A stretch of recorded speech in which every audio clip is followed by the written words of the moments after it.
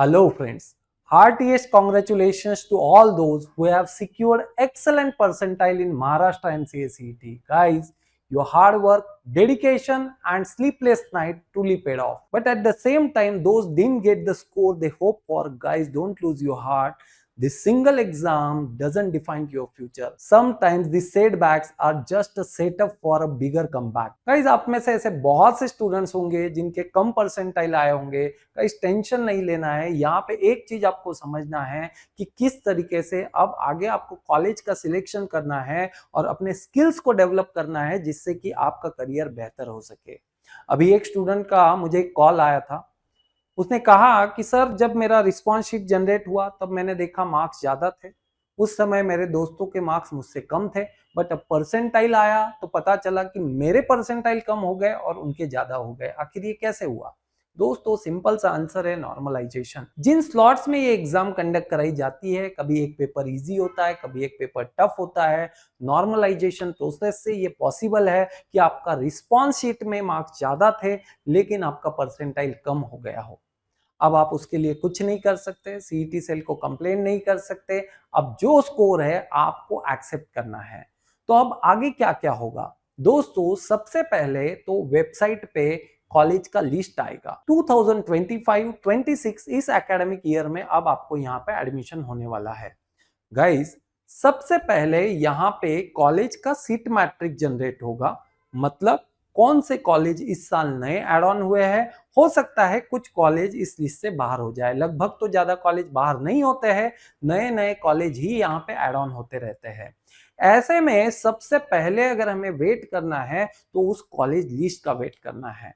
But अगर आपको यहां से ये डिसाइड करना है कि सर, हमारे परसेंटाइल के हिसाब से हमें कौन से कॉलेज में एडमिशन मिलेगा, तो दोस्तों लास्ट ईयर का कट ऑफ पता होना बहुत जरूरी है। तो अब लास्ट ईयर का कट ऑफ कैसे पता करें? तो गाइस, डिस्क्रिप्शन बॉक्स में मैं लिंक्स यहाँ पे ड्रॉप कर दूंगा। उन लिंक्स पे आपको कंप्लीट इंफॉर्मेशन मिल जाएगी कि last year exactly cut off क्या था, लास्ट ईयर कौन से कॉलेजेस थे जो महाराष्ट्र एमसीए सीईटी 2024 के अंदर इंक्लूडेड थे। उस लिस्ट को आपको देखना है, देन कट ऑफ को मैच करना है अपने परसेंटाइल से और उस हिसाब से आप डिसाइड कर सकते हो कि आपको कौन सा कॉलेज मिल सकता है। वैसे तो फिलहाल रिलैक्स होने का टाइम है क्योंकि रिजल्ट अभी आया है। सीट मैट्रिक जो जनरेट होगा उसके हिसाब से प्लानिंग होना चाहिए, लेकिन कुछ बच्चे जिनको एडवांस में ये चीज समझ के लेना है वो यहाँ पे ये चीज समझ सकते हैं। रही बात दोस्तों कैप प्रोसेस की, सीट मैट्रिक सबसे पहले आएगा, उसके बाद में एक स्पेशल पोर्टल ओपन किया जाएगा। वो जो पोर्टल है आपके सीईटी सेल की साइट पे एडमिशन कॉलम के अंदर में एक्टिवेट हो जाएगा।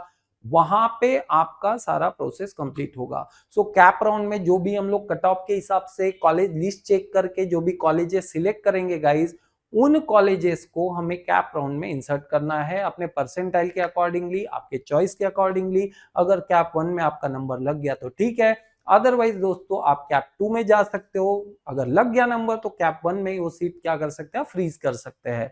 कैप 2 में जाने के बाद नंबर लग गया तो ठीक है, नहीं तो नया list, then cap 3 and then finally दोस्तों स्पॉट राउंड होता है। तो इसका एक प्रोसेस होता है, इसका भी लिंक मैं डिस्क्रिप्शन बॉक्स में डाल दूंगा। वो वीडियो आप जाके देख सकते हैं कि कंप्लीट इसका प्रोसेस कैसे होता है। फिलहाल दोस्तों इंतजार कीजिए कि नया सीट मैट्रिक्स कब रिलीज होगा। जब तक सीट मैट्रिक्स रिलीज नहीं होता है तब तक के फिलहाल कोई एक्टिविटी करने की जरूरत नहीं है। जैसे ही सीट मैट्रिक्स रिलीज होता है गाइस, मैं उस वीडियो में उस सीट मैट्रिक्स के अकॉर्डिंगली क्या कट ऑफ पे आपको कौन सा कॉलेज मिल सकता है उसका अंदाजा दे दूंगा।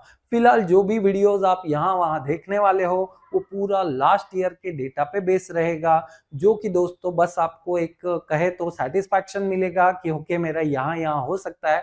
फिलहाल ज्यादा टेंशन लेने की जरूरत नहीं है। लेकिन जो बच्चे जिनके लो परसेंटाइल है, ऐसे बच्चे ध्यान रखें, ऐसे बच्चों को काउंसलिंग की जरूरत है। काउंसलिंग के लिए आप मुझसे आके मिल सकते हैं एनएचजे एकेडमी में, पुणे बेस अगर आप हो। अगर बाहर से हो तो आप सिंपली व्हाट्सएप पे पिंग कर सकते हैं गाइज, क्योंकि आपको काउंसलिंग की जरूरत है कि आपको कौन सा कॉलेज लेना चाहिए, कहाँ पे प्लेसमेंट की अपॉर्चुनिटीज हो सकते हैं। अगर प्लेसमेंट की अपॉर्चुनिटीज नहीं है, ऐसे में क्या स्किल सेट डेवलप करें जिससे कि आपका करियर बेहतर हो सके। गाइज ये सबसे इंपॉर्टेंट है, क्योंकि जब आप पोस्ट ग्रेजुएशन करते हो तो आपको ऑलमोस्ट हर सेमेस्टर में प्रोजेक्ट होता है। ऐसे में अगर वही प्रोजेक्ट हम लोग रेडीमेड लेने वाले हैं तो गाइज यहाँ पे तो बड़ा गड़बड़ होगा। अगर मान लीजिए हमें एक पर्टिकुलर डोमेन में करियर करना है, एआई में करना है, डेटा साइंस में करना है, ब्लॉकचेन में करना है, साइबर सिक्योरिटी में करना है, गाइज ये डिसीजन लेना बिल्कुल जरूरी है, क्योंकि आपका जो प्रोजेक्ट है, आपका जो प्रोफाइल है, जॉब प्रोफाइल की मैं बात कर रहा हूँ गाइज, वो उस तरीके से आपको बिल्ड करना होगा। तो काउंसलिंग इज मस्ट। आप एक बात समझ लीजिए, जब तक आप अपना स्किल सेट अप डेवलप नहीं करेंगे गाइज, आपका करियर बेहतर नहीं हो सकता। So don't worry guys. तो गाइज फिलहाल तो चैनल को सब्सक्राइब कर दीजिए और इंतजार कीजिए अगले वीडियो का। अगले वीडियो में सीट मैट्रिक्स के साथ कंप्लीट कैप प्रोसेस में लेके आऊंगा जो 2025 में कैरी होगी। उस वीडियो में हम डिस्कस करेंगे कि कौन से कॉलेजेस डालना चाहिए, कितने परसेंटाइल के लिए, साथ ही साथ दोस्तों कैप प्रोसेस एग्जैक्टली कैसे कैरी होती है, क्या यहाँ पे माइंड गेम होता है, ये सब कुछ हम डिस्कस करेंगे। थैंक यू वेरी मच दोस्तों।